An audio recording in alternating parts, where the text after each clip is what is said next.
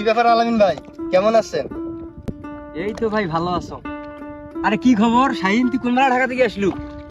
এই তো ভাই ঢাকা থেকে কালকে আসি আর বাড়িতে বেড়ান নেই, শরীর ক্লান্ত তো তাই আজকে বাড়িতে বেড়াইনু, বেড়ে আসি তো প্রথম তোমারই দেখা। তা কি খবর ভাই তোমার? তোমার কিন্তু নদীর পথ বসি আছেন, আবার চিন্তিত লাগবেছে, কি ব্যাপার স্যাপার কি হয়েছে তোমার? কি আর কম দুঃখের কথা ভাই, কয়টা শুনবো। এই নদী তো আবার বাড়িঘর নিয়ে গেল, এই জন্য নদী দেখবে নাকছো, মনে মনে কবা নাকছো মুখ কেনটা না নিয়ে যায়। ভাই মুই তো ঢাকা থেকে শুনলু যে নদী ভাঙি দেওয়ার নাকছে, তো এই নদী ভাঙানো তোমারও বাড়ি ভাঙি গেল, এটা তো একটা দুঃখজনক ব্যাপার ভাই। ভাই নদী কি মোর বাড়ি আর তোর বাড়ি মানে রে, এর মন ঝাঁসায় হয় তাই করে। আচ্ছা যাই হোক ভাই, আমরা কপাল পড়া মানুষ, আমার কথা বাদ দি। ঢাকাত কি অবস্থা তোর, কি করবে নাকছিস?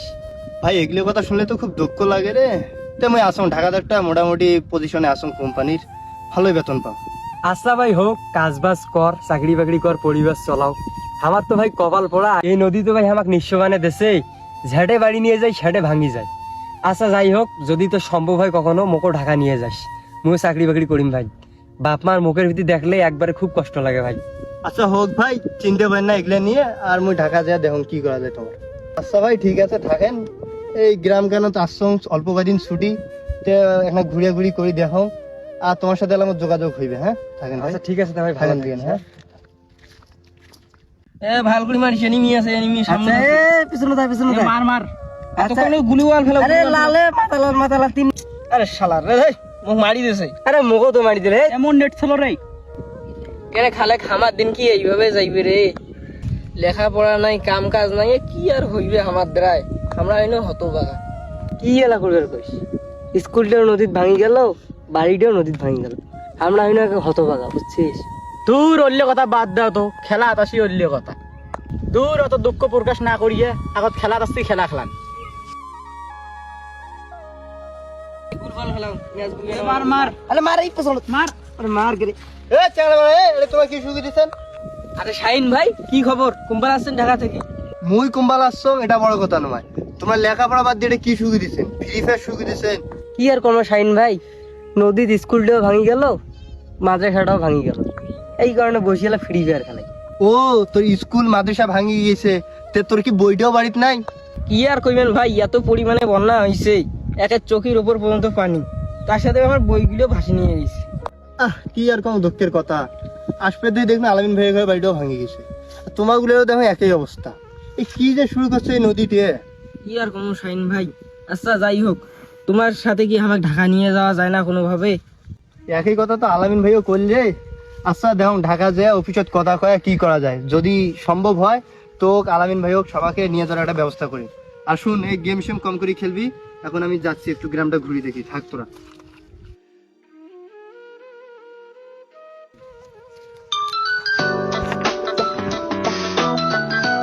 আরে স্যার দেখি ফোন দিচ্ছে। আসসালামু আলাইকুম স্যার, ভালো আছেন স্যার?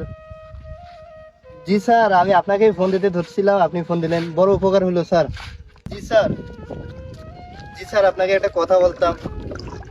বলবো?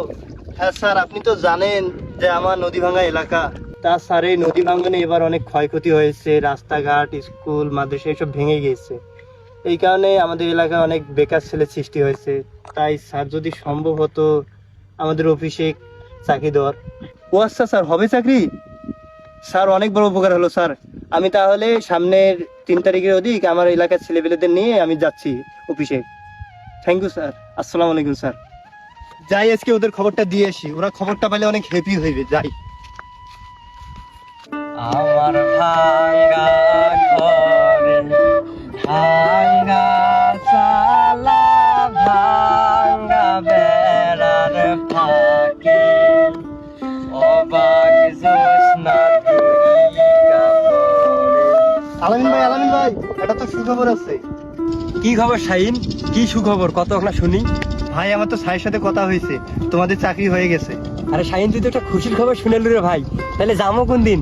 ভাই স্যার তো সামনে 3 তারিখ ডাকলো, তো আমি এখন চলে যাই, তোমরা সবাই রেডি হয়ে 3 তারিখ ঘাটের পরে চলে এসিও। ঠিক আছে ভাই, আমি গেলাম। শুন ভাই, দুঃখ কষ্ট সংসার কিন্তু আমরা বড় হয়েছি, বুঝছিস? এই নদীতে আবার বাড়িঘর ভাঙি গেল, দুঃখ কষ্ট মন নিয়ে ঢাকা যাবা লাগছি, যে মনোযোগ দিয়ে কাজ করা লাগবে, টাকা পয়সা কামা লাগবে, বাপ মার মুখ উজ্জ্বল করা লাগবে, বাড়ি ঘর করা লাগবে। চল শাহিন মানায় ঘাটে অপেক্ষা করবে। ঠিক করছিস ভাই। সময়ও নাই, নৌকা ছাড়িয়ে দেবে। কই আলামিন, কই হাবিব? শাহিন আসছিস? তা দেরি কেন, চলো। চলো চলো চলো। এইভাবে ভেঙে যায় তিস্তা পাড়ের হাজারো মানুষের স্বপ্ন, থেমে যায় তাদের জীবন। তিস্তা নদীর ভাঙ্গনে স্কুল, কলেজ, মাদ্রাসা, রাস্তাঘাট, বাজারহাট সহ ইত্যাদি জিনিস হারিয়ে অনেকেই সর্বশান্ত হয়ে চলে যায় শহরে জীবিকার খোঁজে। আমাদের তিস্তা নদী যেন অনেক বড় একটা প্রজেক্ট হয়ে উঠেছে।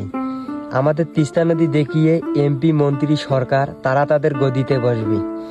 আমাদের তিস্তা নদী খননের কথা অনেকবার উল্লেখ করা হলেও তা কখনো বাস্তবায়ন করা হয়নি।